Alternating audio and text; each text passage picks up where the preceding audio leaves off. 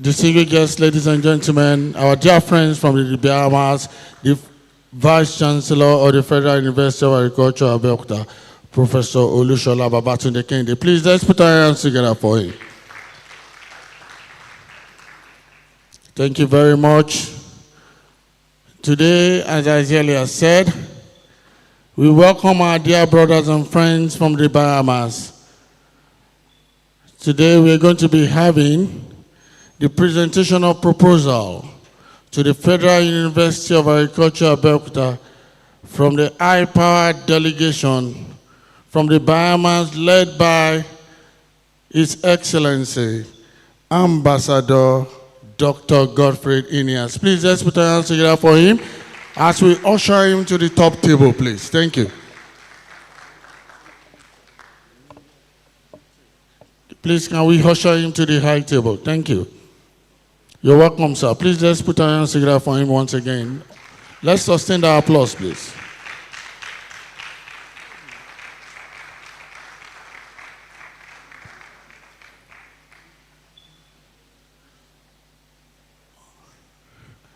On the high-powered delegation with Ambassador Godfrey Eneas is Mr. Carl Smith, Vice Chairman of the authority. Please, let's put our hands together for him. We also have on the high-powered delegation, Dr. Patricia Simonet. Can we please put our hands together for her? Today, Dr. Simonet will be giving us a brief tourism on the Bahamas, presenting that to the Federal University of Agriculture, Abeokuta. Please, let's give her a round of applause once again. On the high-power delegation, we also have Dr. Ravina Anna. Please, let's put our hands together for him.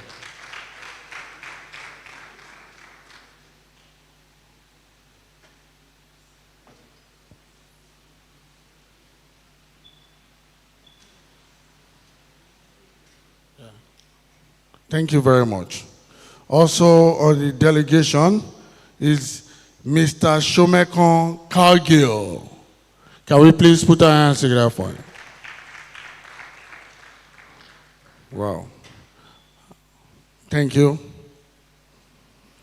We also have in our midst on the delegation, Dr. Cameron Lightburn. Can we please put our hands together for him? Dr. Lightburn is the one representing the Rasta family. Please, let's put our hands together for him.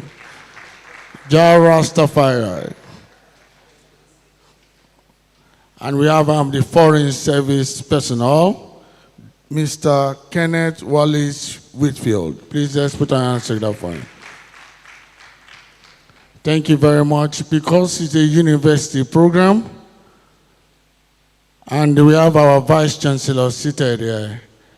Distinguished delegates from the Bahamas, I would like to seek the Vice Chancellor's permission for all of us to rise to listen and recite the national anthem, followed by the university anthem. Thank you very much.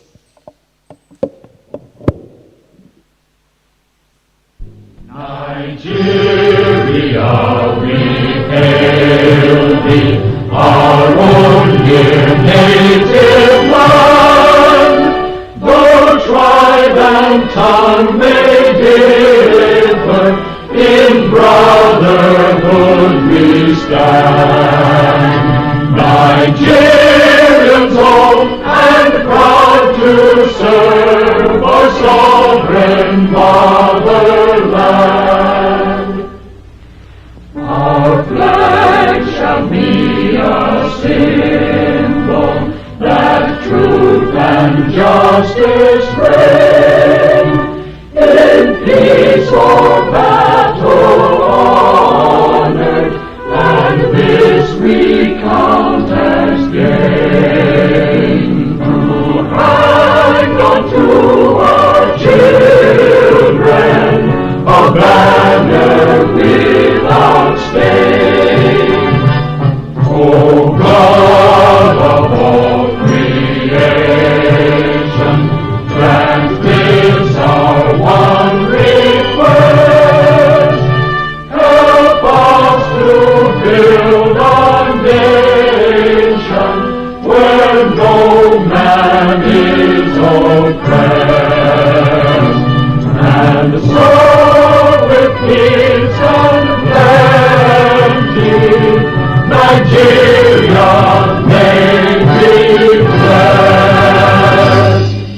you. For now, band 10, please.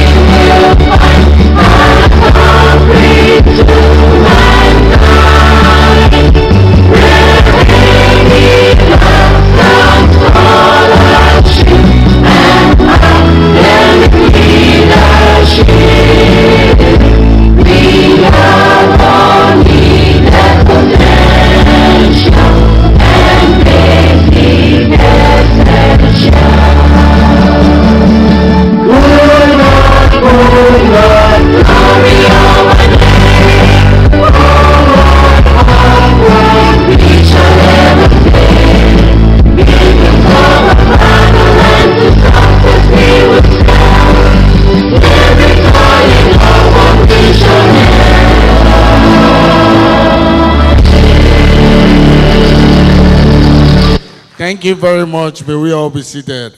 Laboring on what we shall never fail, and will never fail in the mighty name of Jesus. Amen. Thank you very much. You're all welcome, especially to the Federal University of Agriculture, Abeokuta, the best university of agriculture in Africa and the seventh best in the world. Right now, I'm going to be reading out the program of events for today. First of all, the Vice Chancellor will be giving his welcome address, followed suit by a presentation of mission statement by His Excellency Ambassador Dr. Godfrey Eneas, and followed by a brief about the tourist places in the Bahamas, and which will be given by Dr. Patricia Simonet. Following that is a proposal presentation for collaborative actions between the Bahamas and FUNAB, and it will be presented by Professor Akin Omotayo. And the last but not the least, the Vice Chancellor will be giving the closing remarks. Distinguished ladies and gentlemen, our dear friends and colleagues from the Bahamas, we welcome you especially to the Federal University of Agriculture, Abeokuta. And on this note, I would like to specially and respectfully hand over the microphone to the Vice Chancellor, Professor Olushola Babatunde Kende, to give the welcome address. Thank you, sir.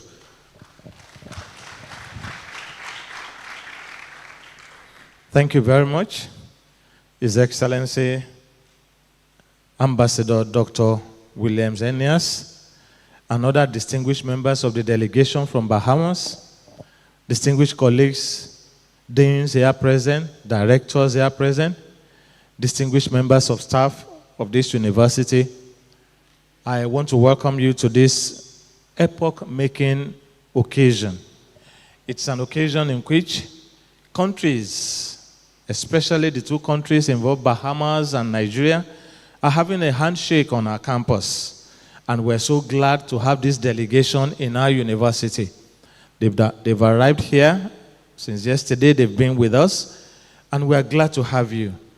And to other members of the university community, I want to say that we have an opportunity presented to us to be able to reach out to a country that is well known for its tourism potentials, a country that has its roots in Africa, and a country that the world is also yearning to visit and to go there and see what nature looks like, and that is the Bahamas. A round of applause for that country. We are here this afternoon to see how we can collaborate, what we can do to foster the relationship between these two countries in the areas of academia, research, in culture, in tourism, and other things that will be expanded to us, that will be shown to us this afternoon. I will not take much of our time, but to just say that all of us in this room, and those that will join later, especially from our university, we should be on the lookout for opportunities that we can explore in relating with the Bahamas. And I want to assure our visitors that you are in the right place. You are in a place of people who are ever willing to learn from others and who are ever willing to give to others. People who are ever willing to collaborate in a win-win situation so that all of us together, we will improve the benefits that this relationship can have for every human being on this planet, especially for the citizens of our countries. So on that note, once again, I want to welcome you and to say that please let's feel free to relate, let's feel free to interact, let's be free to explore the opportunities that will present themselves to us, even as we have this period of interaction. Thank you so very much, distinguished guests, ladies and gentlemen. God bless you all. Thank you very much, sir. Please, let's put our hands together once again for the Vice Chancellor. Thank you very much for that wonderful, sustained speech, Mr. Vice Chancellor, sir. On this note, the next item on the agenda is to invite specially someone who is a distinguished and Bahamian agriculturist, author, and former director of the Ministry of Agriculture and Fisheries in the Bahamas. Born in 1942, he studied at his Tuskegee University, the University of the West Indies, and the University of Wisconsin.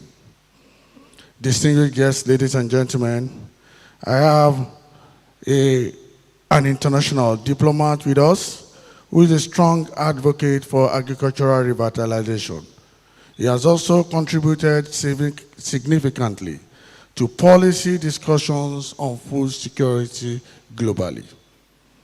Distinguished guests, ladies and gentlemen, our dear friends and colleagues from the Bahamas, I have the special honor and the distinct privilege to specially invite the ambassador, former ambassador to the Food and Agricultural Organization in faraway Rome, Italy, His Excellency Ambassador Dr. Godfrey Eneas, to please give his presentation and mission statement on today's event. Thank you, sir.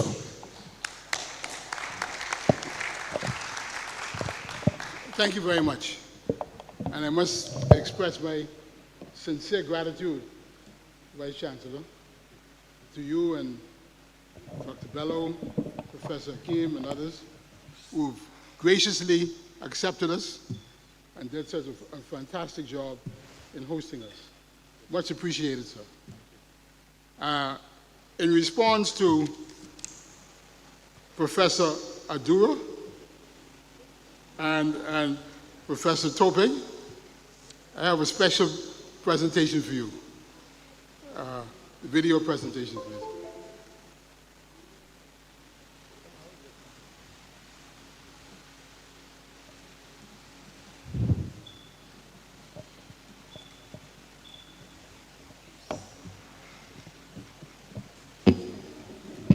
Video presentation. Yes.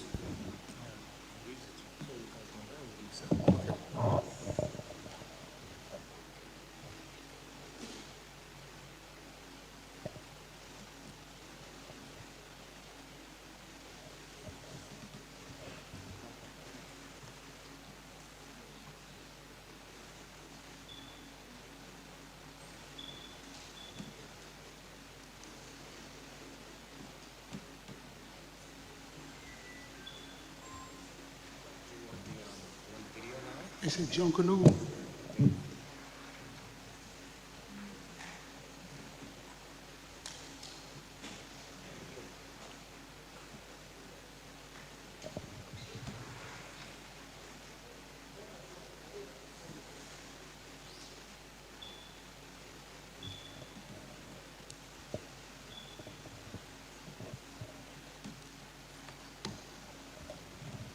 Long ago, in the early 19th century, a tradition was born in the Bahamas. It came from the hearts and souls of enslaved Africans who were brought to the islands against their will. Even though they faced hard times, they kept their culture alive. One way they did this was through a festival that we now call Junkanoo. Back then, the enslaved people were given a 3-day break during the Christmas season. They used this short time to celebrate, just like they did in their homelands. They would gather, sing, dance, and wear colorful costumes, honoring the festivals they once knew. It was a time of joy and freedom, even if only for a few days. The name Junkanoo is said to come from a West African leader named John Canoe, but others believe it means joy in the streets no matter the origin. It was a celebration of life, strength, and culture. The heart of Junkanoo is its music. The sounds you hear during the festival are loud, strong, and full of energy. The drums, made from goatskin, beat to an ancient rhythm that comes from West Africa. Bells, horns, and whistles join in to create a sound that fills the streets and stirs the soul. This music is not just African. Over time, it blended with the sounds of American blues and Caribbean beats. Together, they make the music of Junkanoo unique, something that reflects the mix of cultures that make up the Bahamian people. One of the most exciting parts of Junkanoo is the costumes. People spend months making them, using bright colors, feathers, and beads. They are grand and beautiful, made to stand out in the crowd. When the festival comes, dancers wear these costumes proudly as they move through the streets. Every group that joins the parade competes for the best performance in costume. These groups practice for months, making sure their dance is perfect, their music is powerful, and their costumes shine. Junkanoo started in the Bahamas, but it didn't stay there. It spread to other islands like Jamaica and even to places as far away as North Carolina and Bermuda. However, no matter where it is, Junkanoo is most special in the Bahamas, where it began. Today, Junkanoo is more than just a festival. It is a celebration of Bahamian pride, culture, and history. Every year, on Boxing Day and New Year's Day, the streets of Nassau fill with the sounds of drums, the sight of dancers, and the spirit of joy. Junkanoo reminds us all of the power of culture, the importance of remembering where we come from, and the beauty of coming together to celebrate life.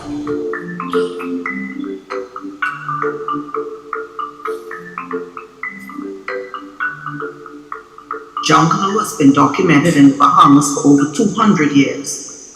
A joyous Bahamian celebration that is replicated nowhere in the world. In the early days, the Africans used whatever was available here. Sponge, straw, flowers, leaves, feathers, anything that is indigenous.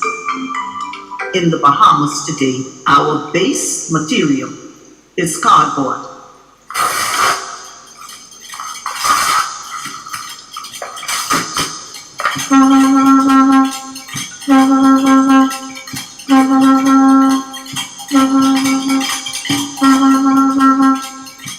So the first time I saw it was around about 3-4 years ago. Like as a kid in the candy shop, you see all these different colors. You see your uncles and cousins and everybody working on this great art piece, and all you want to do is be involved in it. Getting to produce the costume, it's like getting a puzzle and putting it all together, starting from scratch, and you also want to see the beauty come together.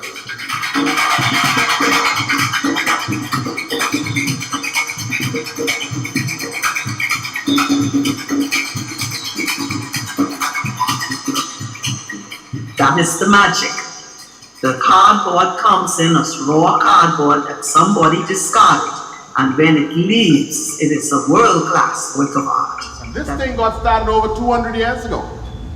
All enslaved Bahamians were given 3 days holiday at Christmas, And they took those 3 days holiday, they tried to recreate their festivals from back home in Africa.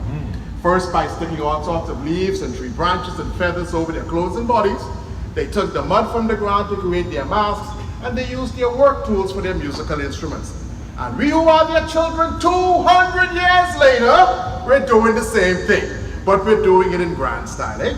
We're shutting down the main street of the city as I draw your attention to the screens, and we are putting on this magnificent parade of music, dance, and costuming.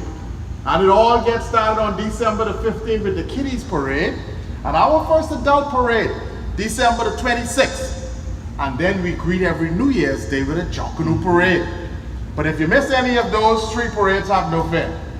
There's 60 more parades, okay? You have come, and our country is over 110,000 square miles of water. We have 700 islands and 2,400 keys. And in each of those inhabited islands and keys, they have their own Jonkanu parades, okay? And so there you have it, from one step to the next. But this morning, I am going to make you a part of the National Cultural Festival of the Bahamas. I am going to declare each and every one of you to be a true Bahamian Jonkanu. Now, what we're gonna do though, you're gonna have to make your own Jonkanu music. All right. Are you ready for that? Ready. Yeah. Okay, we're gonna make a little Jonkanu music. So here we are, all of the costumes that you have seen here have been on the parades before. We have the opportunity to pay tribute to nations around the world, a little bit of Egypt and India, the Bahamas. Over here in the Bible, we pay tribute to the tsunami victims of 2004 with the Samurai Warrior. And our national pastime, which is regatta time. Oh, okay. In the United States, you celebrate all of your homecomings with huge football competitions. In the Bahamas, we celebrate our homecomings with huge sloop sailing competitions. The Bahamas won its first Olympic gold medal at the Tokyo Games of '64 in sloop sailing. Really? 50 plus years later, we are still celebrating that gold medal. Okay? So then.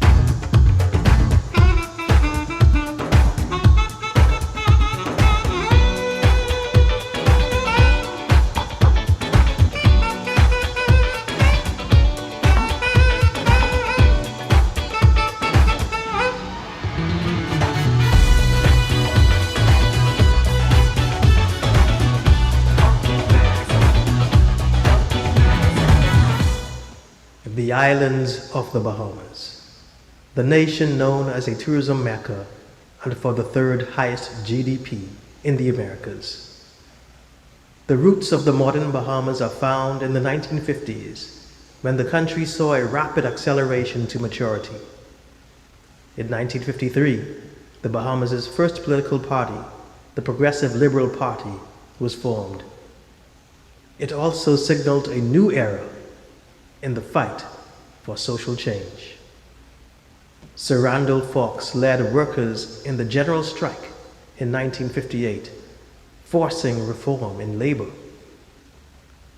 Just 1 year later, universal suffrage for all males in the Bahamas was achieved, Prior to this, only males who had British citizenship and property valued at more than £200 above their debts and mortgages could run for the House of Assembly. Women got their right to vote in 1961, and they exercised this right to vote in 1965. It was the same year that Lyndon Pinling, the charismatic leader of the Progressive Liberal Party, tossed the mace, the symbol of authority in the House of Assembly, through the window of the House. The day would go down in history as Black Tuesday, marking one of Pinling's finest moments as a champion of the people. Pinling and the PLP would keep the momentum going and form the Bahamas' first majority black government in 1967. He would still be Prime Minister on July 10, 1973, when the Bahamas became an independent nation after more than 300 years of British rule. 51 years and 4 prime ministers later, the Bahamas still commands a prominent space in the Americas. It continues to set new tourism records, attracting 10 million visitors in 2023. The world continues to mark the manner of the Bahamas' bearing as she continues to march on Bahama land.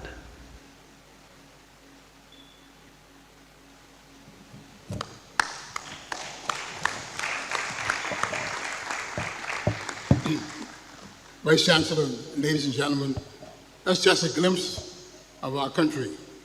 And we wanted to share that with you so you'd have an idea of where we have come from as a people. I have my book here, Journey to a New Beginning. Describes the ascendancy of my family from 1815 to 2025.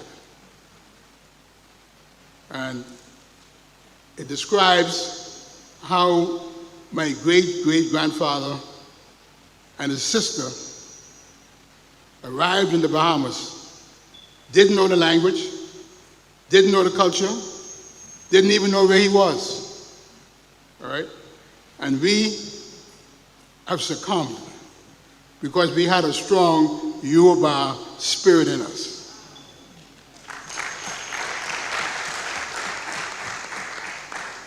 And now I'll ask the Deputy Chairman, Mr. Smith, to say a few words about our government.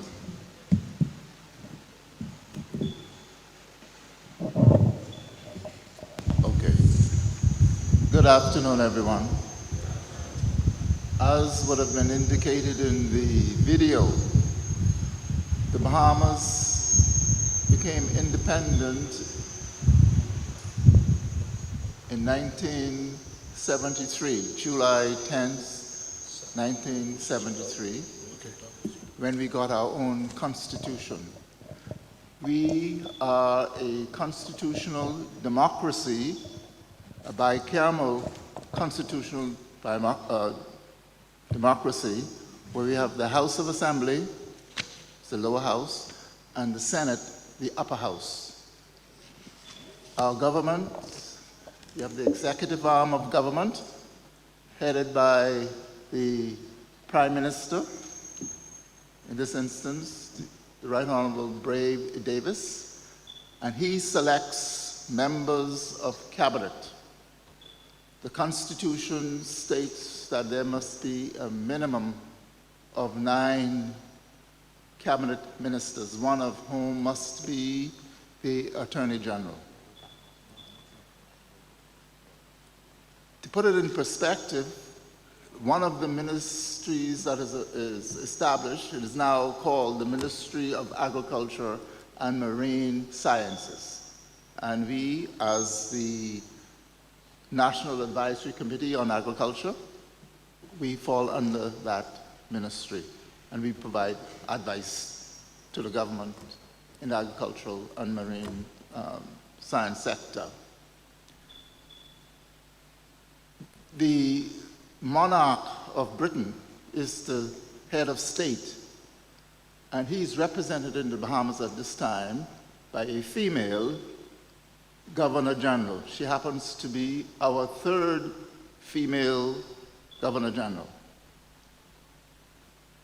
But she plays a figure representing him, and she presents, before Parliament starts, from the throne, the speech from the throne, which outlines the government's agenda, what it intends to do, and it is the public service responsibility to execute the government's wishes as outlined in the speech from the throne.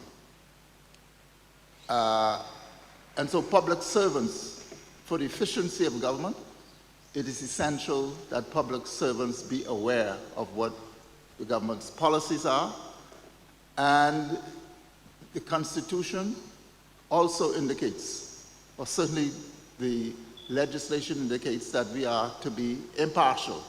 Whichever government the people chooses, we are to be impartial and implement their policies. I'll stop there for a moment. I think we can have some interaction as we discuss. Bless you.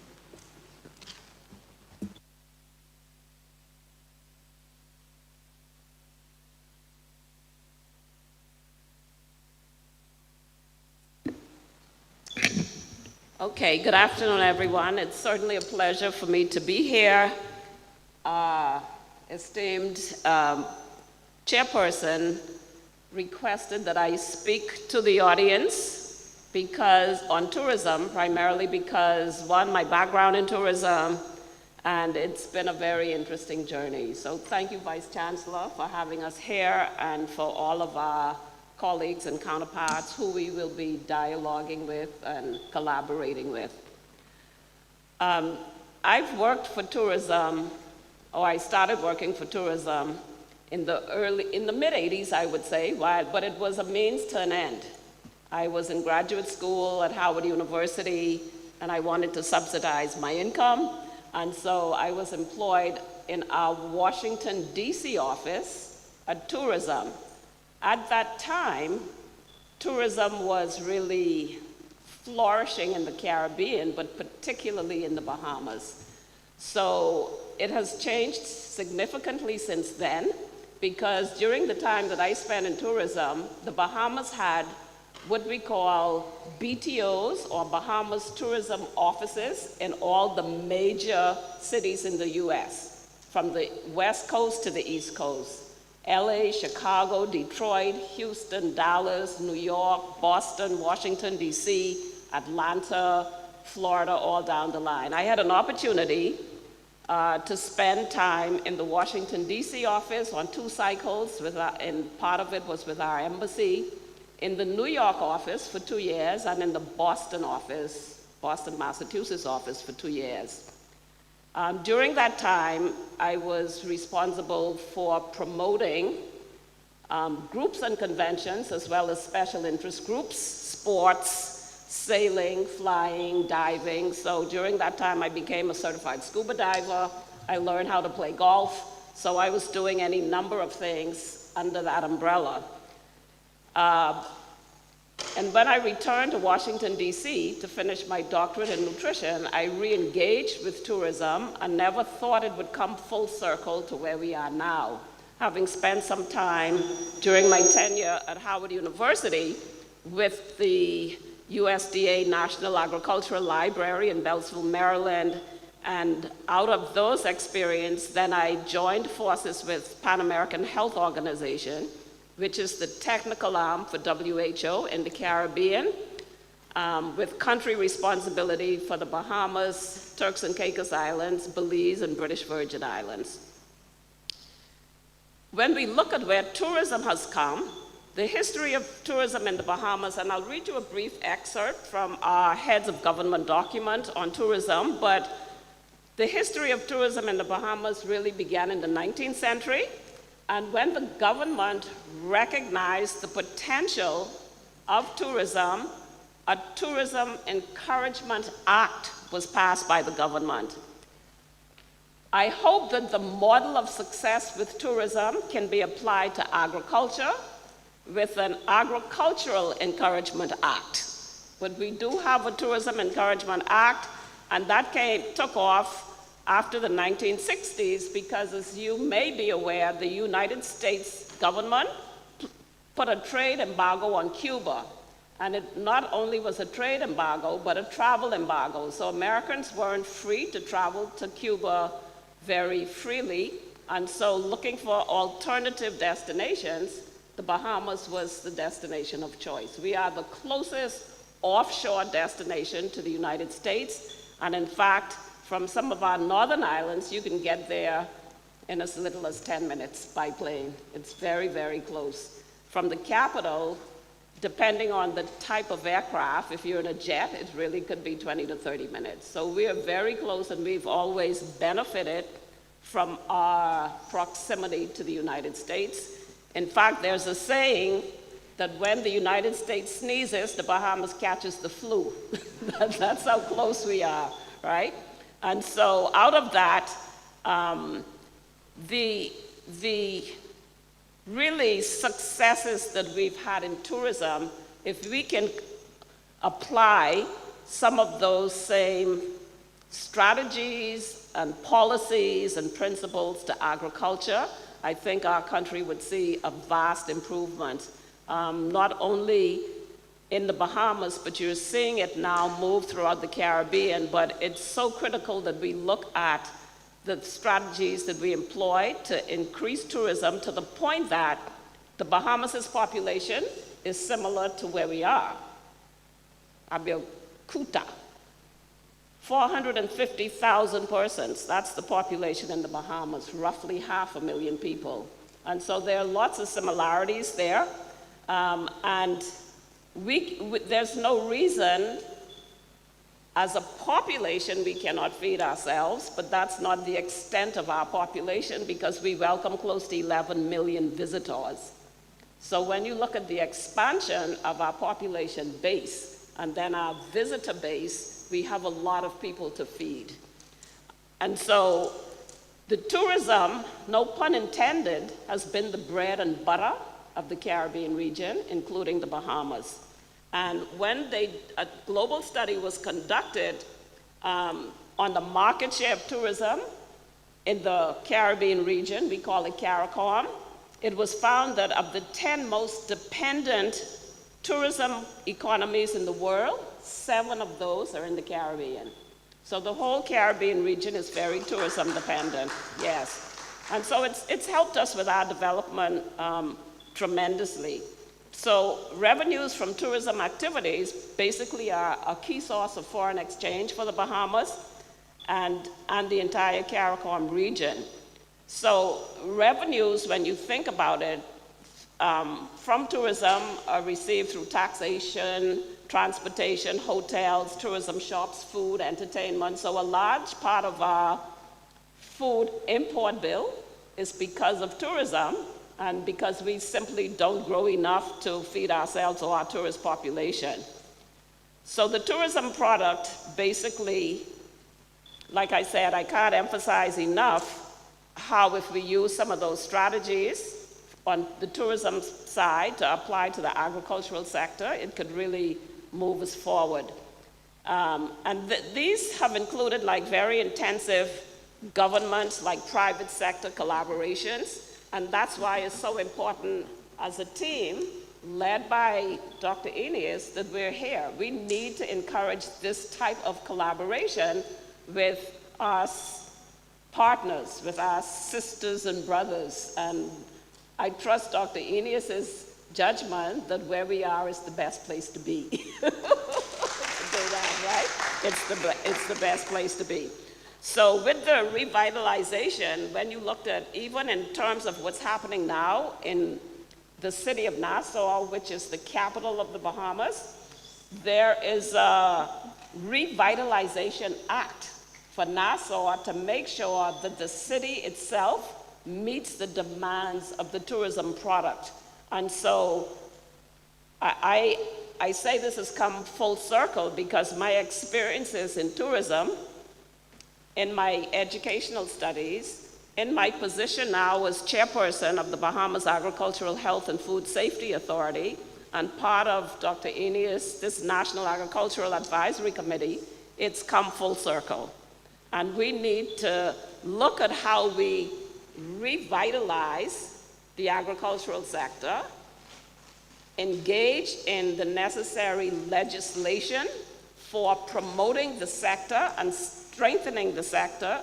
One of the things that my responsibility is with this is looking at how agricultural policies affect public health through the use of pesticides, toxins in food, food safety, and import, and that sort of thing. So the tourism, if you think of just our airport, which is the main gateway to the Bahamas, we have invested, along with the US government, more than $400 million just to transform that facility. I got you.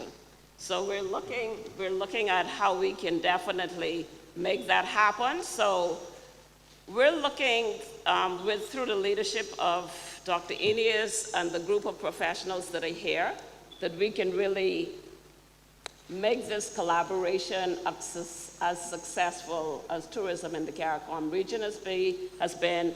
And I thank you for the opportunity to share my experiences and where we are, and I want to say that God bless both Nigeria and the Bahamas.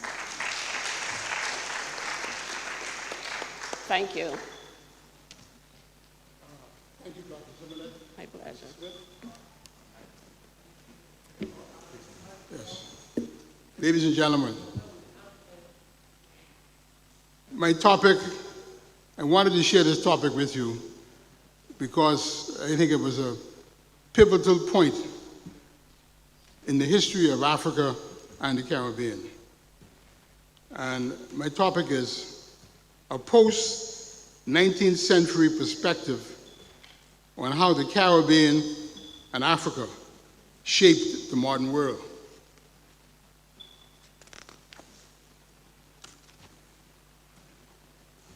In 1815, my great-great-grandfather and his sister were kidnapped from this town of Beirut to be sold into slavery as victims of the transatlantic slave trade. Fortunately for them, even though they were earmarked for the New World chattel slavery, destiny would afford them the right set of circumstances to be rescued and settled in the Bahamas.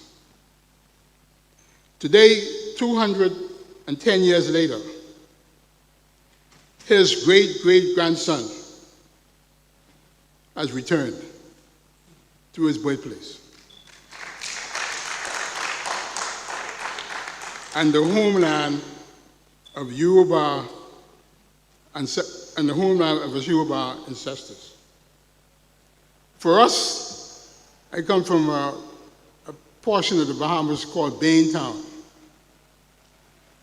And for us, Abeokuta has always been the cradle of Yoruba civilization and culture. In our family, Africa has always been close to us. It was not a figment of our collective imagination. It was our ancestral home, from which Britain and his sister were forcibly removed. This realization haunted him all of his life, that his father did not know where he was. In May 1992, my uncle, the late Dr. Cleveland Eneas, the first black Bahamian doctor, dentist, was the first one of us to receive a university education. My grandfather and his father sent him in 1931 to Tuskegee Institute, now Tuskegee University in Alabama, and then on to Meharry Medical College in Nashville, Tennessee, where he studied dentistry. And Uncle Cleve wrote this article. I am a fourth-generation Bahamian of African descent. I am a Yoruba. My great-great-grandfather, Britton Eneas, told his story to his son, John Eneas, who was born in 1859, who told it to his sons, Joseph Eneas, and my grandfather, Wilmer Eneas. Uncle Clee says, in his early youth, they told it to their children, and especially to me, and my father, especially to his. And I have told the story to my sons. It appears that my great-grandfather was proud of the fact that he was African and never wanted his children to forget from whence they came. You know, you may not be aware of it, but we now have some white Yorubas in this book, right? I have grandchildren who look white, but they're Yoruba, right? And they're all mandatory that they read this, all right? Mandatory. My grandfather, according to Uncle Clee, told his son John and his son that one of these days, someone had to go back to Africa and to let his father know where he was. That's how strong the connection was. It should not surprise you that Yorubas in the Bahamas were conscious of their African heritage, as was depicted in that cultural rendition of Jonkunu. All right? That is a part of us. That is a part of our DNA.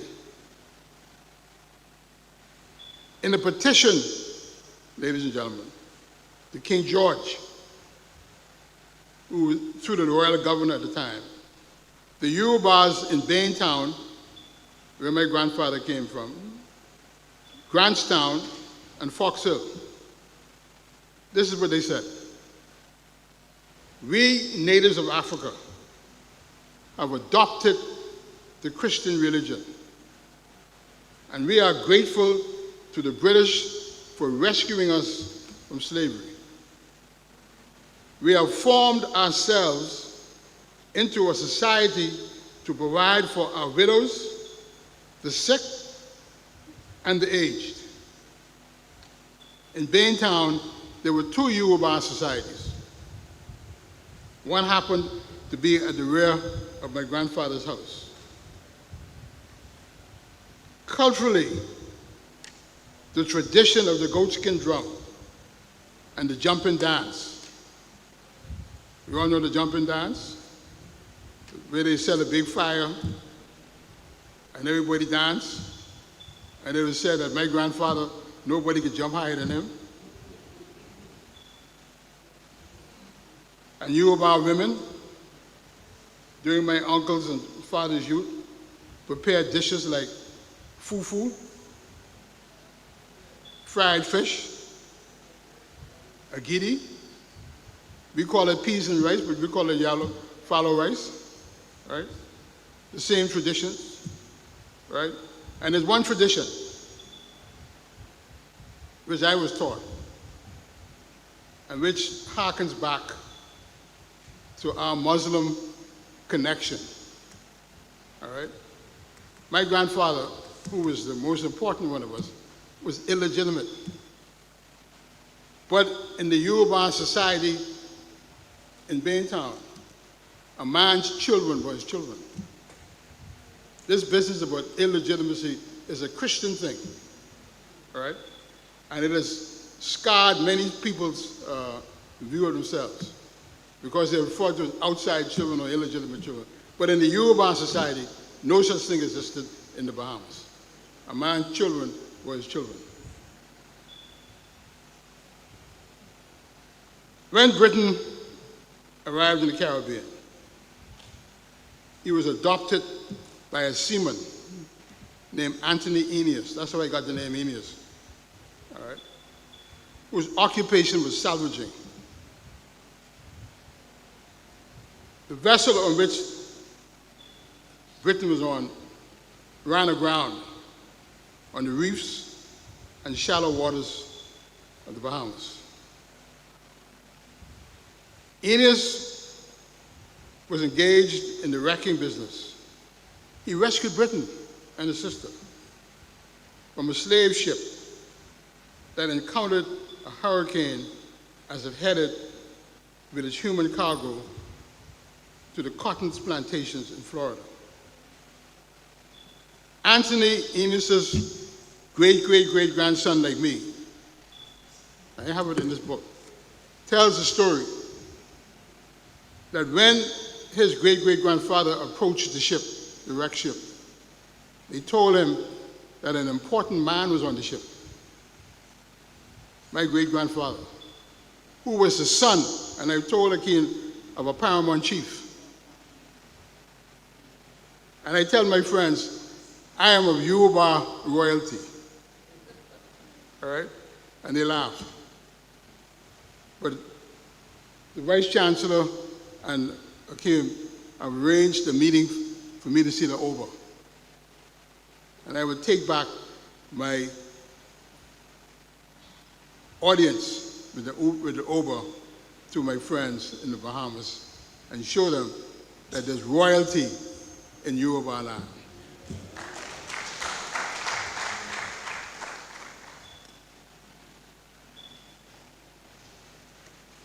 When my grandfather, great-great-grandfather arrived in the Bahamas, dates are very important, and this is why I mentioned it, the 19th century. In 1804, Haiti started a revolution. And the Haitian Revolution, where Haiti, under the command of Toussaint, had organized these slaves to defeat the most powerful army at the time, Napoleon's army, Napoleon's war machine. And that initiated the Haitian Revolution. Haiti became the first black republic in the Americas. And then in 1807, because of the Haitian Revolution, the British got a message, and they abolished the slave trade. Not slavery, they abolished the slave trade.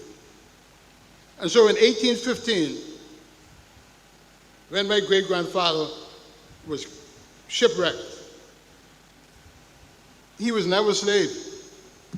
Never a slave. He was classified as a liberated African. And there's that grouping of Africans in the Bahamas who changed the Bahamas. And one of the reasons why I showed you that picture, many of the men in that picture were Yorubas of descent. So that is the legacy of the Yoruba in the Bahamas. We were the change agents, all right? I tease by some of my colleagues here because they're from the islands where we had another injection of Africans. These Africans had come from North America into the Bahamas because their slave masters wanted to free themselves from British rule. So they came to the Bahamas. And we call them loyalist Africans. And there's a story in the movie Roots. I don't know how many of you have seen Roots. In Roots, there was a Kunta Kinte who was walking to the sound of a drum. And he met this Mandingo man, all right? And the Mandingo, they met each other and said, Assalamu alaikum, all right? And Kunta Kinte said to the Mandingo man, I don't understand these people. I don't understand these people because they were born into slavery. My grandfather, my great-grandfather and them were never slaves. They were always free. So we had a certain mentality, all right, that made us different from the rest of so many other people in the Bahamas. And that is my story to you, my fellow Yorubas. Thank you.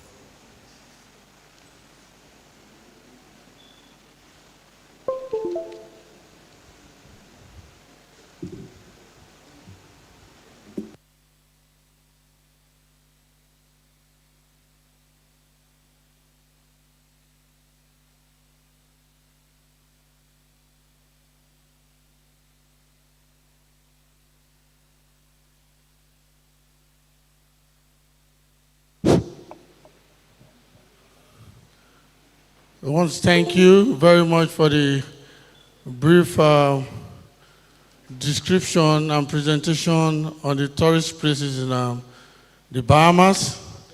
We thank you very much for that. At this juncture, it is now time for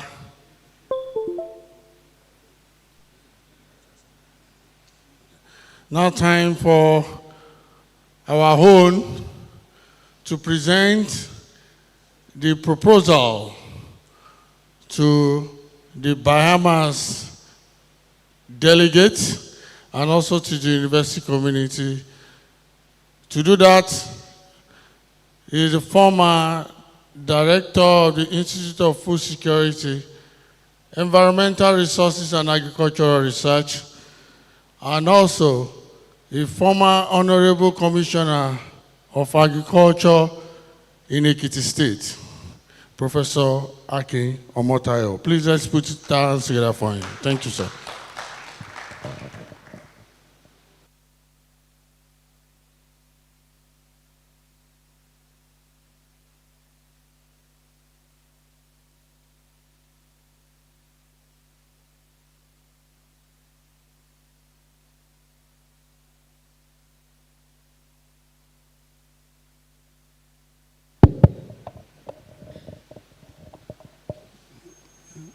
Mr. Chairman,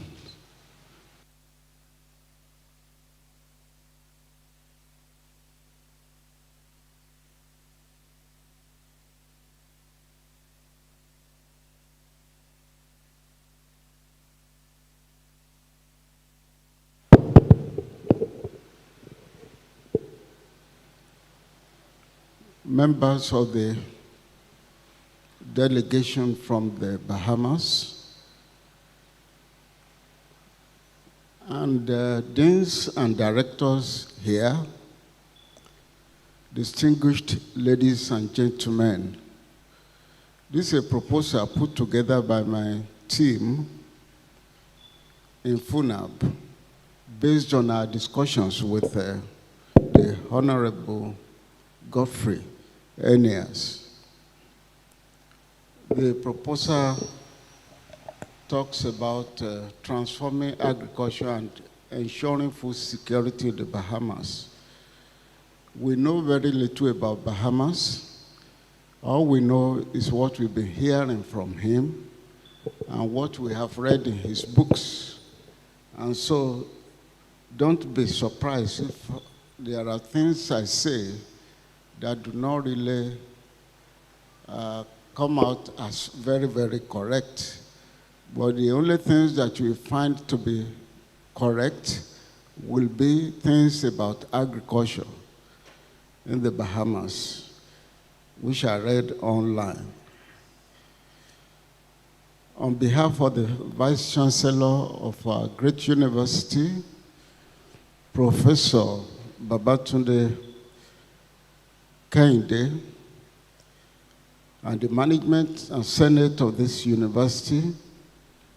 I welcome the distinguished delegation of the Bahamian government to Nigeria and the Federal University of Agriculture, Abeokuta.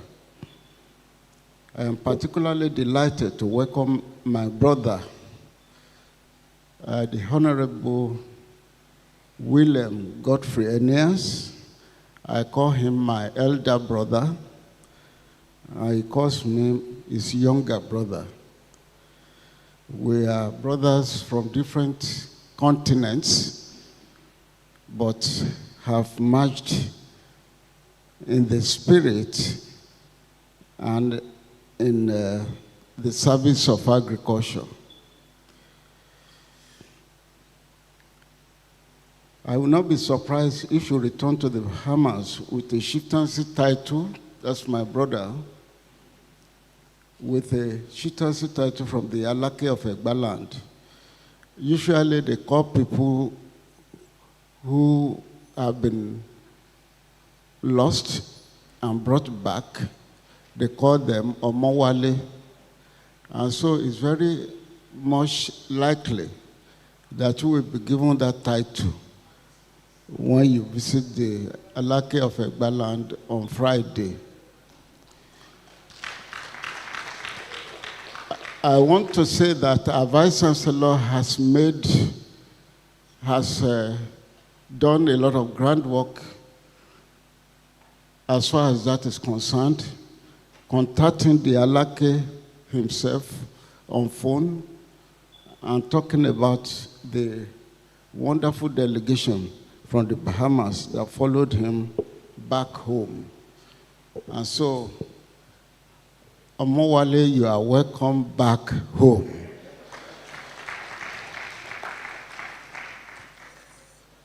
So,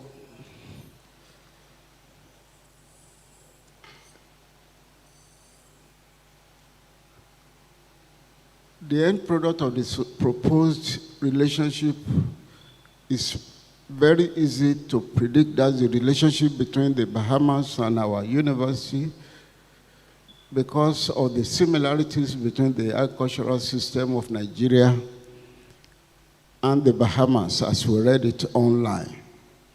And as I read it in his own book when he was an agricultural officer, after finishing from Tuskegee, he worked as an agricultural officer.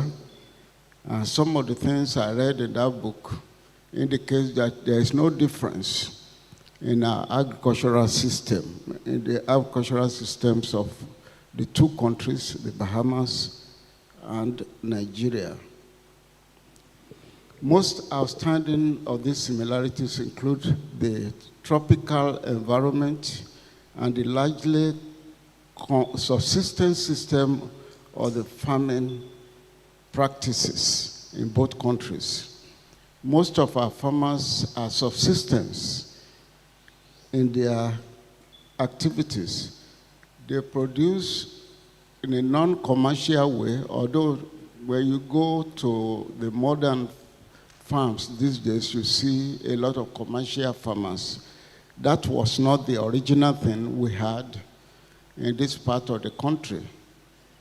Most of the farming activities we had when some of us were growing up is the subsistence farming practice. However, before going deep into the proposal, it is important to introduce FUNAP to our guests. Those of you can see the map. That's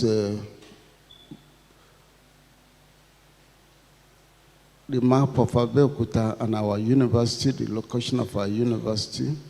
Our university alone sits on 25,000 acres of land, or 10,000 hectares of land, which is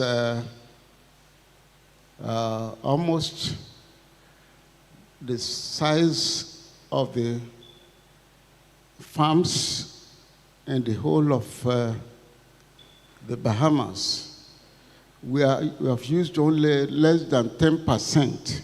That's why somebody was smiling there. Maybe that is not accurate.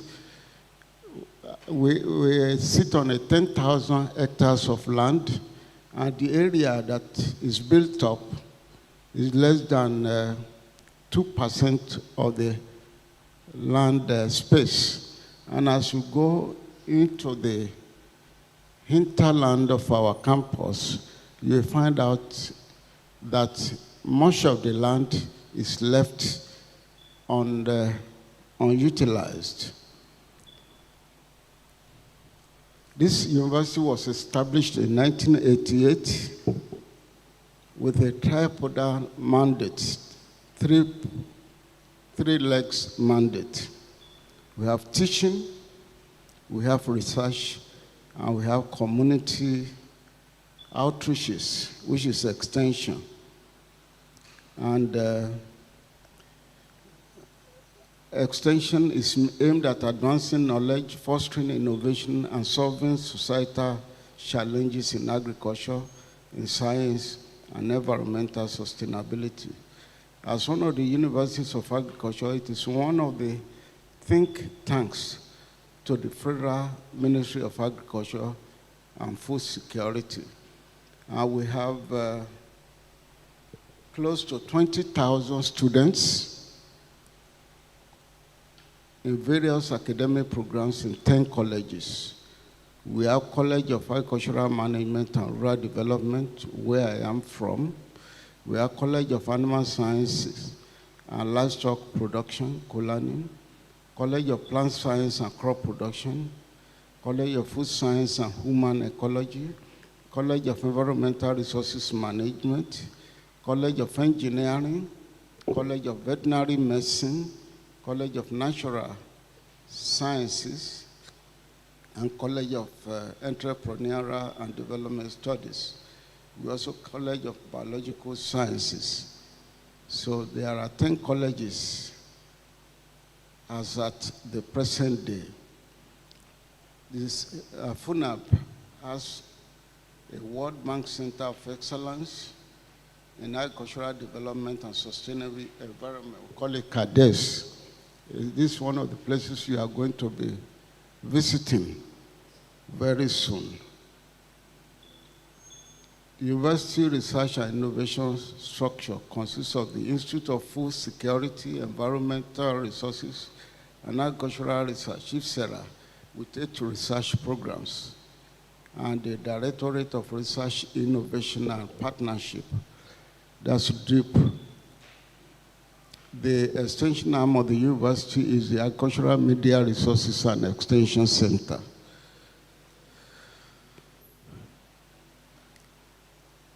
We have received global recognition and ranking consistently between 2020,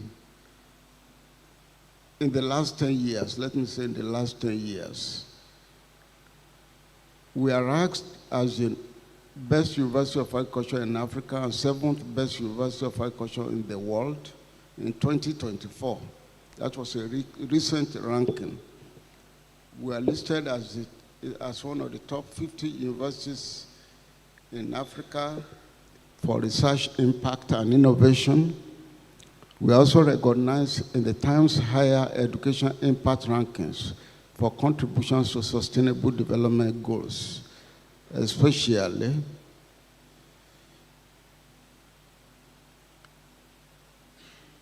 in the environment.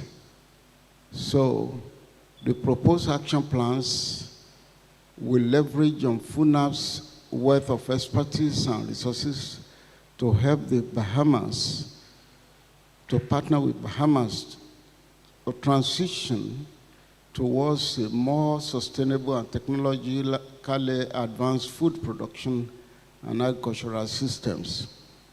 A robust and mutually beneficial partnership between the Bahamas and FUNAB can be established with the following modalities.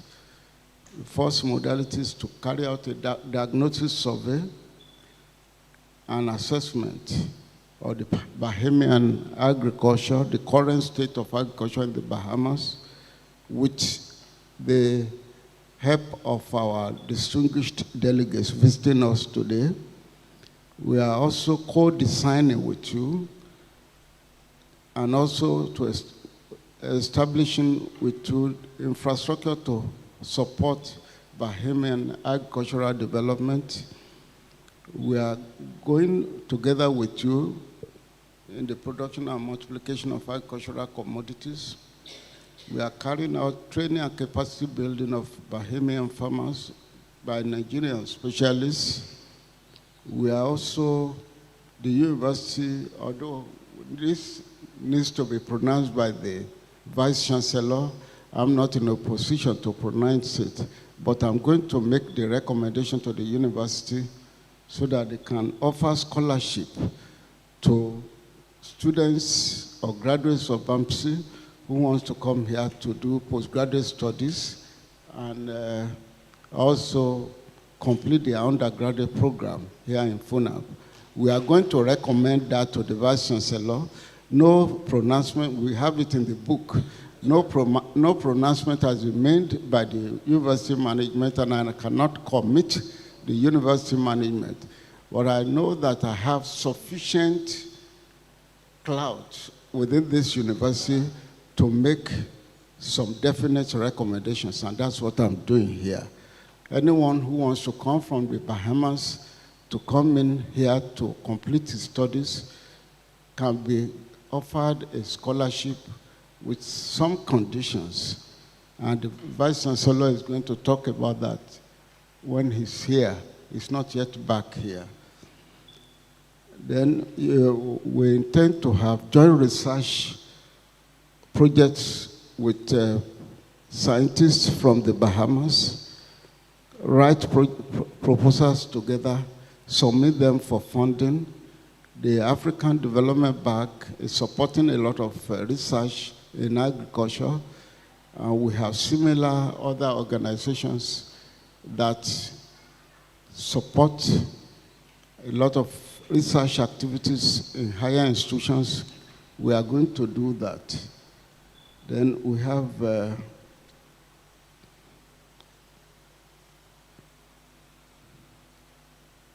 going to have the establishment of innovation hubs for agriculture, which we already have here, and we already have in villages around the university. We are going to assist with your cooperation and collaboration. We are going to assist in establishing such hubs in the Bahamas, and we are going to use your own resources to strengthen such hubs and get them to support agricultural activities in the Bahamas. We have surveys and the following planning activities. We are going to do a diagnostic survey in collaboration with you delegates and some others who are not here, but who know about what to do, who are patriotic enough to know about what to do. It's one thing to know what to do, to develop in a country. It's another thing to have patriotic citizens like Honorable William Godfrey Eneas. I can tell you, he's a very patriotic person. Since I knew him, running close to 20 years now, he even sent students projects from some universities in the United States. He used to send me such to help them review and get the students to understand what is going on in Africa here. That is how we started our relationship. He was sending me students' projects, students' classwork and things like that to review on his behalf and make suggestions. And I did that faithfully for several years before we met physically in 2020 at Tuskegee. We met physically at Tuskegee in year 2020. So we are going to be supporting you in developing agricultural surveys, okay, and diagnostic surveys that is going to be digitized in such a manner that any one of you who want to see what is going on about agriculture in the country, all you have to do is to log on to that page, and you see, you can even personally predict crop yield and do so many things with the data that we are going to be feeding in, and which you will be feeding in later on your own into that site. And we are also going to introduce certain innovations that we already have here in our universities, which may be lacking. We may introduce them with your own cooperation and cooperation of everybody from the Bahamas. We are not saying that we are better or superior in knowledge or in technology. We are saying that with the kind of exposure we have had, we should be able to avail your country or that exposure to speed up the process of agricultural development. I know many of you have been to different parts of the world. You are schooled in different parts of the world with different kinds of technology and opportunities, and which you can use in that, use to promote or foster innovation and technology development within the country. But under the kind of framework we are bringing in, it will make it easy for many of you to key into that system and foster rapid agricultural transformation within the country. We plan also to establish agricultural innovation outreach services and agricultural advisory center. I know you have something similar. We have Extension Services Center. I saw the photo of Ravina with the Prime Minister or somebody, one of the big people, on your website sometime, someone visiting certain extension centers somewhere, and I saw Hannah Ravina with the person, which means they are already using BAMSI as one of the main hubs for supporting agriculture in that country. So we have a proposed action plan, Plan 5, Agricultural Innovation Outreach Services and Advisory Center. That's what I was talking about, is that it will serve as a bridge between the knowledge gaps and promoting sustainable practices and empowering farmers and provide tailored solutions for soil health, for crop selection, and pest management. The approach is to create centers where all farmers and stakeholders in agriculture can access novel technologies, new technologies, and new knowledge. The center will be equipped with training facilities, demonstration plots, and publications also, because the literacy rate in your country is higher than many of the West African countries I can see around. So many of your farmers can read and write. And so if there's an outreach and innovation center, they can go there, pick up publications, watch videos, listen to audios of different kinds of innovation, and learn lessons from there. We also plan to, with your own cooperation, we plan to introduce organic agriculture. Our university is a major leader in promoting organic agriculture, and one of us here used to be the leader of the organic agriculture promotion body in Nigeria. He happens to be one of the people that will be part of the mission back to the Bahamas at a later stage.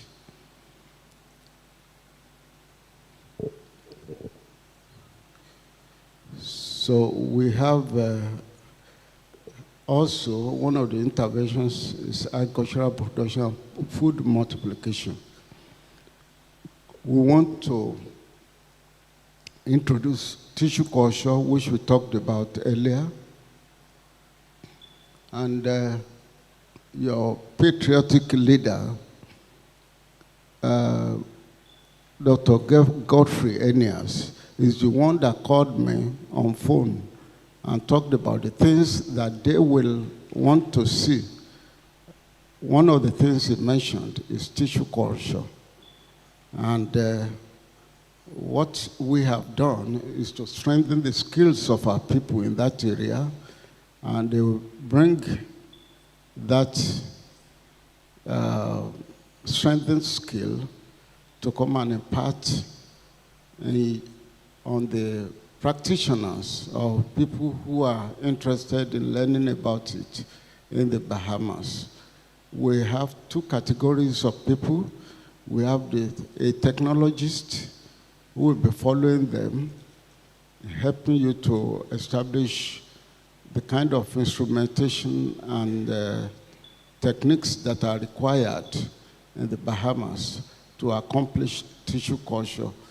It's not a technology you can find on the streets, but it will enable you to become a major supplier of planting materials to other countries around you there, particularly the group of countries in the CARICOM. You can become a major supplier, and you can become a major training ground for those countries too. While you are doing that, you are also making money for the country, because training in that area, those of you in biological sciences will know that it's not cheap to come by.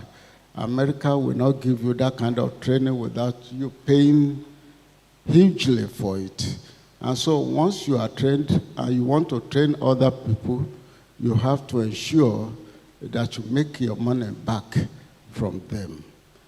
So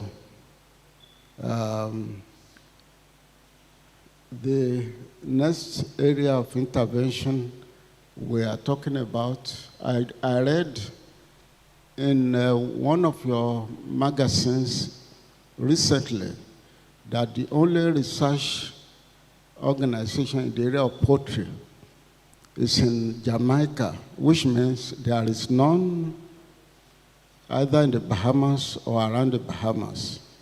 You can become a major research center in poultry, and you can also become a major training center in poultry. I know that there are so many things to do in poultry, but you can make your money training other countries in poultry and also training young people. Like the package we put together, we have a section called Catch Them Young. And that's the strategy we used here before, which worked. We started with students in secondary school in our outreach program, and they were so excited about taking care of chickens, rearing broilers, rearing poultry for eggs, for egg production, and adding value in different ways. These are some of the things we have put in our package of intervention. So Then in crop production is where we talked about the, okay. We have crop production in the Bahamas. We are going to, tissue culture is one of the means of rapidly producing crops and of getting planting materials where they do not exist. So there is a machine that the country needs to acquire that allows you to do tissue culture on so many crops. Somebody was talking about onions. Somebody was talking about pineapples. Somebody was talking about banana and plantain. As you can see around us, plantain and banana are a common crop here. And local people have mastered the process of growing them. But where there are no planting materials, it can be a major impediment. And that's why we are talking about tissue culture. So the package is massive, and we do hope that it will make a lot of difference as you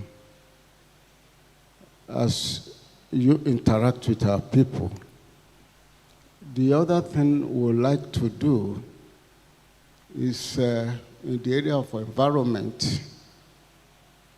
I know that there are natural disasters happening, particularly in those countries with a lot of, that are very close to the ocean. We have storms, we have hurricane, we have different kinds of disasters that can disrupt the production process. Apart from having an early warning system, which the environment group led by Professor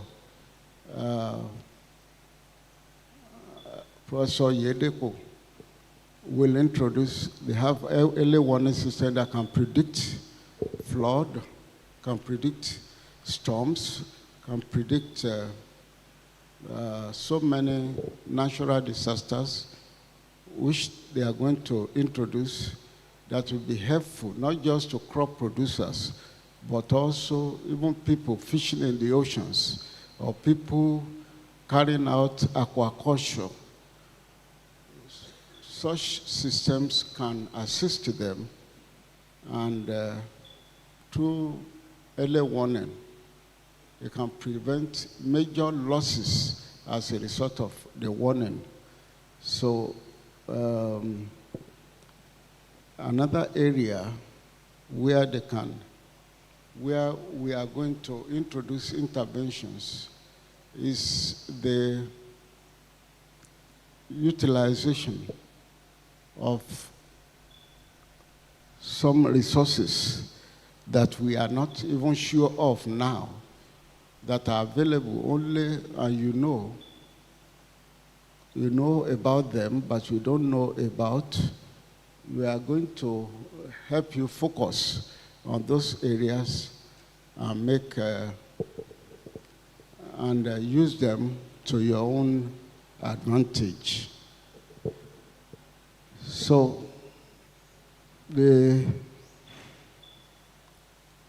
transforming agriculture and ensuring food security in the Bahamas is in the hands of those of you from there. Nobody can come from anywhere and help you or do some of these things for you. And that's why we have produced this proposal, and we have set out detailed methodology and everything that is required, even for somebody who was not part of the proposal writing. One of the attributes of a good proposal is that it can be taken by anybody and be implemented just following it. And that's what we have done in this case. We have put the proposal together, and we expect any scientist with similar or cognate knowledge and experience to be able to implement them whenever it gets to them. So, ladies and gentlemen, I'm being warned already. I know we have spent much of our time, and I want to say that we look forward to a very rewarding collaboration between our university and the country, Bahamas. This is a unique opportunity for, I feel personally lucky to be part of this system. Universities only collaborate with universities in most cases. In very rare cases, you find universities collaborating with countries. This is a unique kind of situation, and we are looking forward to working with you and to learning from you and to tapping from your wealth of knowledge and experience that you have gathered as a result of going to other countries or interacting with farmers in different parts of the world, which we can also use. So I want to thank you very much for listening, and we look forward to your questions.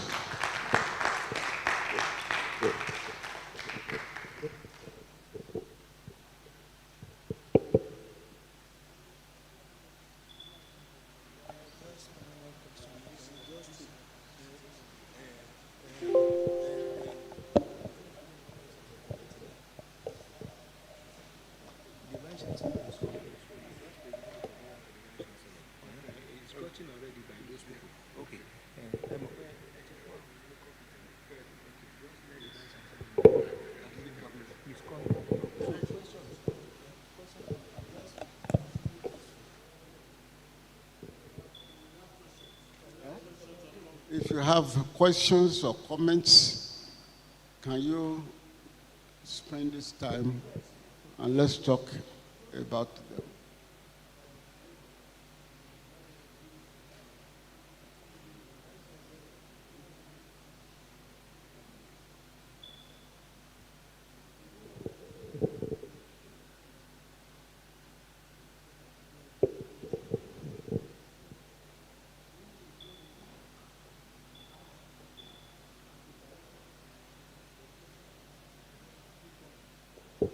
Yes. Questions or comments? Yes, Professor Tope Olaifa.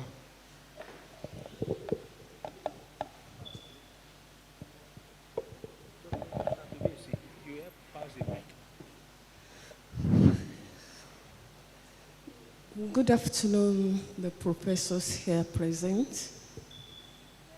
I recognize the presence of our great visitors from the Bahamas. I want to say welcome to your own city, Abeokuta. Expectedly, it is the area of culture that has actually attracted my own attention. And I am thinking that beyond collaboration on agriculture, we still have a lot to do together in the area of culture. When you were speaking, Sir Baba, you spoke about the Jokeno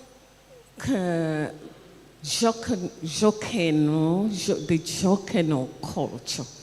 You spoke about the DNA.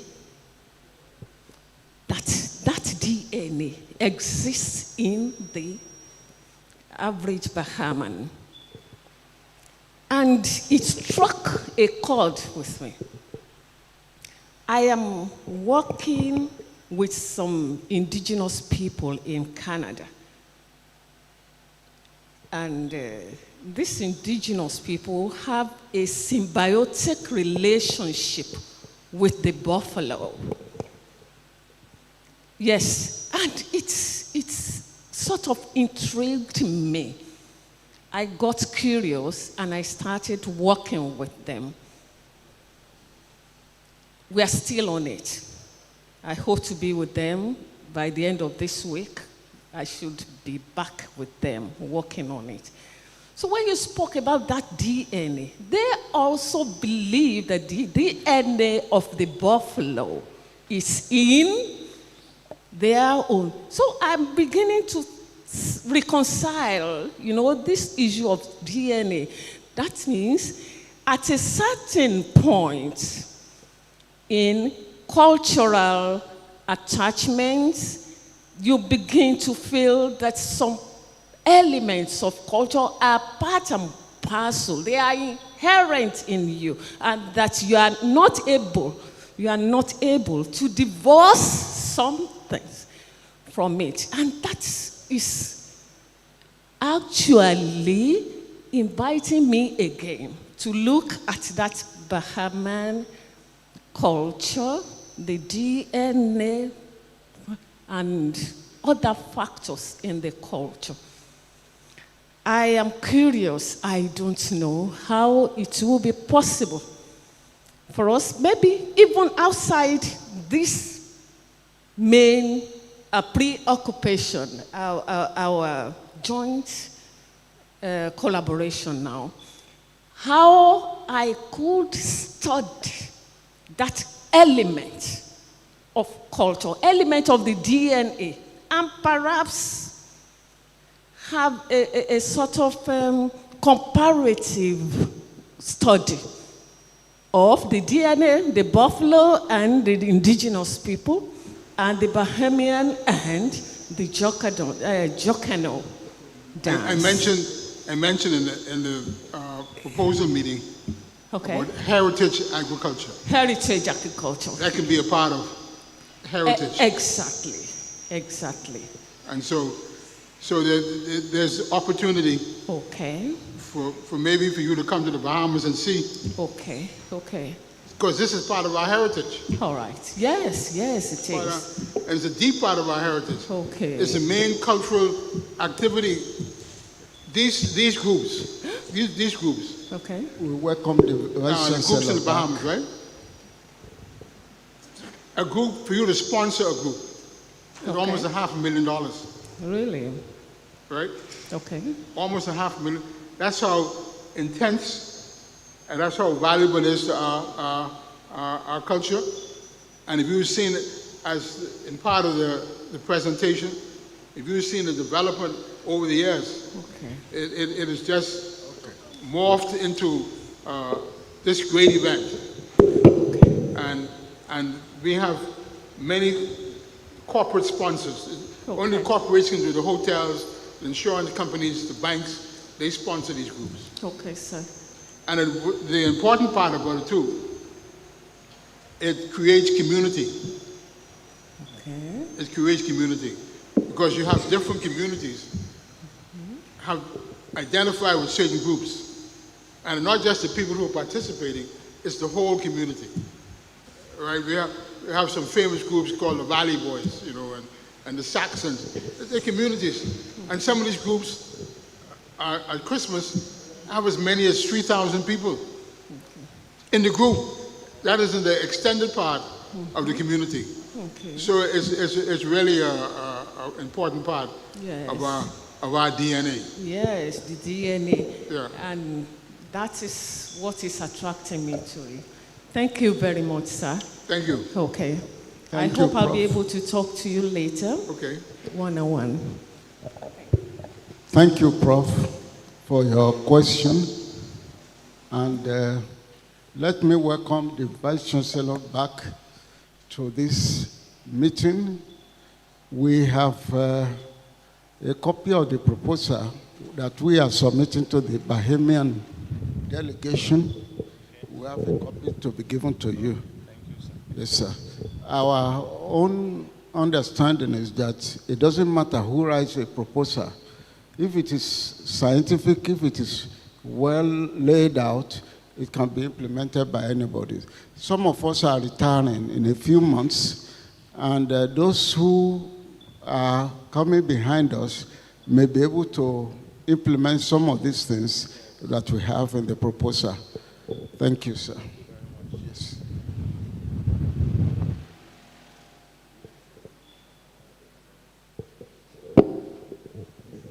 Thank you very much, sir. Please let's put our hands together for that beautiful presentation by Professor Akin Omotayo. Thank you, sir. On this note, right now, I'd like to respectfully invite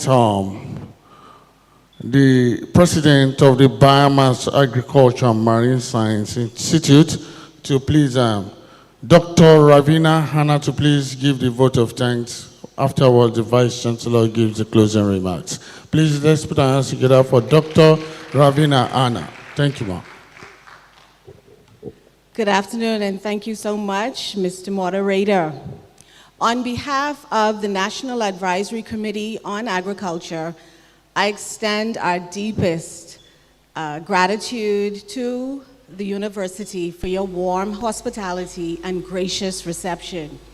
A special thanks to the Vice Chancellor and your esteemed team, including Professor Akin, for their leadership and commitment to fostering this collaboration. The action plan that was presented is very exciting. It's very extensive, innovative, and it covers all of our areas of needs. And for that, we are most appreciative. We are truly honored to also have had the opportunity to engage with you thus far and to share aspects of our culture, our heritage, our government, and tourism. And I thank you, team members, Mr. Smith and Dr. Simonet, for sharing. Additionally, we express heartfelt thanks for welcoming Ambassador Dr. Eneas back home in such a distinguished manner. I think you mentioned the term Omawali, So his presence here reflects the enduring connections between our nations and our shared commitment to agricultural excellence and development. We deeply appreciate the insightful discussions and the shared vision for a mutually beneficial partnership that will emerge from this visit. Again, we say thank you, and we look forward to bringing these ideas to fruition. Thank you again. Thank you very much, ma'am. Please let's put our hands together for her once again. She's the president of the Bahamas Agriculture and Marine Science Institute, Dr. Ravina Hanna. On this note, it is now time to listen to the closing remarks of the Vice Chancellor, Professor Olushola Babatunde Kehinde. Thank you, sir. Thank you. Please, let me first of all apologize for my having to step out. The university system is regulated by a body in Nigeria, is regulated by a body called National Universities Commission. So there are visitors who came from that commission, and I had to quickly go and meet with them. They are here to assess some things and evaluate some of our facilities. So I had to attend to them. So please pardon me for having to step out during the program. Well, I want to say that it's been a worthwhile time. I thank everybody, the visiting team, and my colleagues. We have documents that when we follow them, this visit will actually be a very gainful one. And I want to say that on our part, at our end, we will diligently follow through on the proposals that we have given to you. These proposals are there for us to look at them and see how we will actualize these proposals. And I believe there are things that we can actualize. There are things that we can achieve. They are achievable items. And the challenge before us is for both parties to sit down, look at timelines and activities that we need to take to be able to drive the proposals. And we believe that when we do this, our peoples will be the better for it. So on that note, I want to thank you for coming to today's program. There are still things ahead of us, and I assure you My team are committed, the members are committed to explain more, show us more things, and by the time we wrap up the whole engagement, I know that it will have been a worthwhile experience. So, as my closing remarks, thank you once again for all that we've been able to achieve yesterday and today, and for the things we hope to achieve before the meeting comes to an end. Thank you very much. God bless you. Thank you very much, sir. Please, let's put our hands together once again for the Vice Chancellor. Thank you, sir. Thank you, sir. On this note, sir, with your permission, I'd like to respectfully inform everybody to please stand for the anthems. FUNAP anthem, followed by the national anthem. Thank you very much.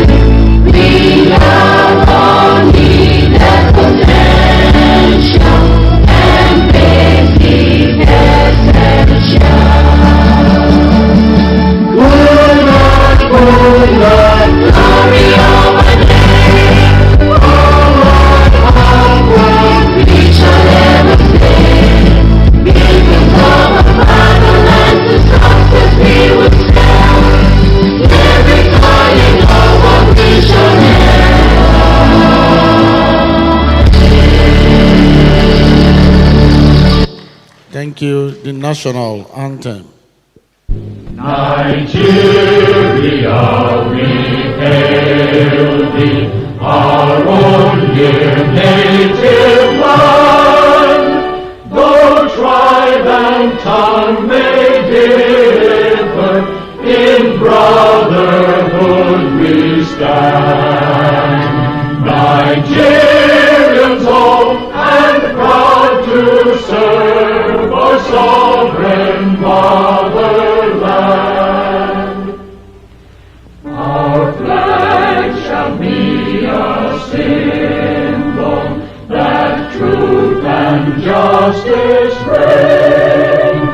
In peace or battle honored, and this we count as gain. To our children, a banner without stain. O God of all creation, grant this our one request. Help us to build our nation where no man is oppressed, and so with peace and plenty, Nigeria may be blessed. Thank you very much. Thank you. Thank you. Thank you. Tomorrow I have reliably gathered that there will be tour of selected facilities in FUNAB. So we're expecting you tomorrow. Thank you very much. We wish you a pleasant night rest. Thank you, man. Thank you, sir.